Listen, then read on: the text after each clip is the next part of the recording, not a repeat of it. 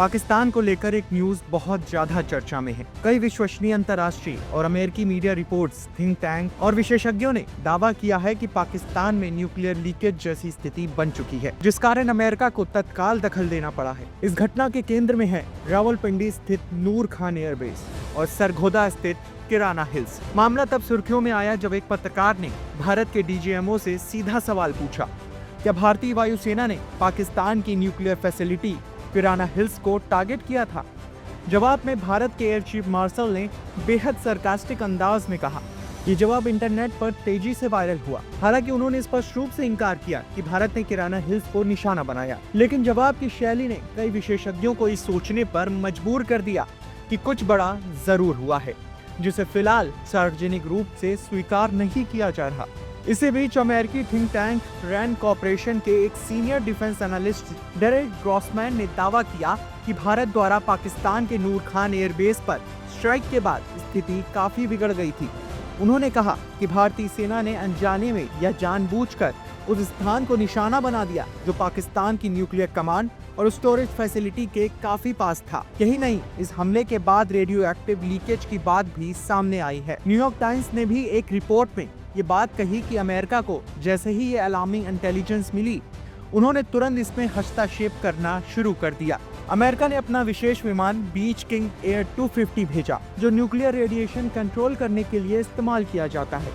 इसके साथ ही अमेरिका ने इजिप्ट को बोरॉन भेजने के निर्देश दिए। ये वही केमिकल है जिसका उपयोग 1986 के चेरनोबिल न्यूक्लियर डिजास्टर के समय रेडिएशन को कंट्रोल करने में हुआ था। इजिप्ट एयरफोर्स का ट्रांसपोर्ट विमान अचानक रावलपिंडी पहुंचता है, जिसे फ्लाइट ट्रैकर्स के जरिए ट्रेस किया गया था।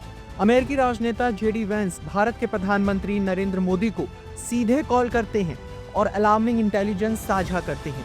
ये वही जेडी वेंस हैं जो कुछ समय पहले तक भारत पाकिस्तान के मामले में इंटरफेयर करने से मना करते थे।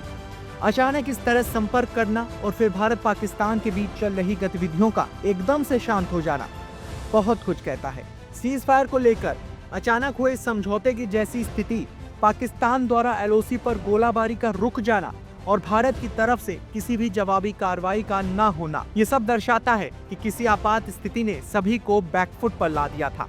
ग्लोबल विंड मैप्स के अनुसार वर्तमान समय में जो हवाएं पाकिस्तान से भारत की तरफ आ रही हैं, खासकर नॉर्थ इंडिया की तरफ, अगर पाकिस्तान में रेडियो एक्टिव लीकेज होती है तो उसका असर भारत पर भी पड़ सकता है।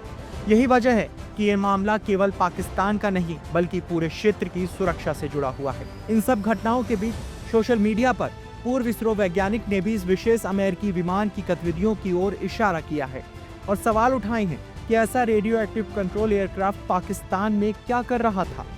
अब भले ही पाकिस्तान की सरकार इस पूरी घटना को छिपाने की कोशिश कर रही हो और जनता का ध्यान भटकाने के लिए मीडिया में देशभक्ति और जीत का माहौल बना रही हो, लेकिन इतने बड़े बड़े घटनाक्रम और अमेरिका इजिप्ट की तत्काल दखल से साफ है कि कुछ ऐसा हुआ है जो दुनिया से नहीं छिपाया जा सकता।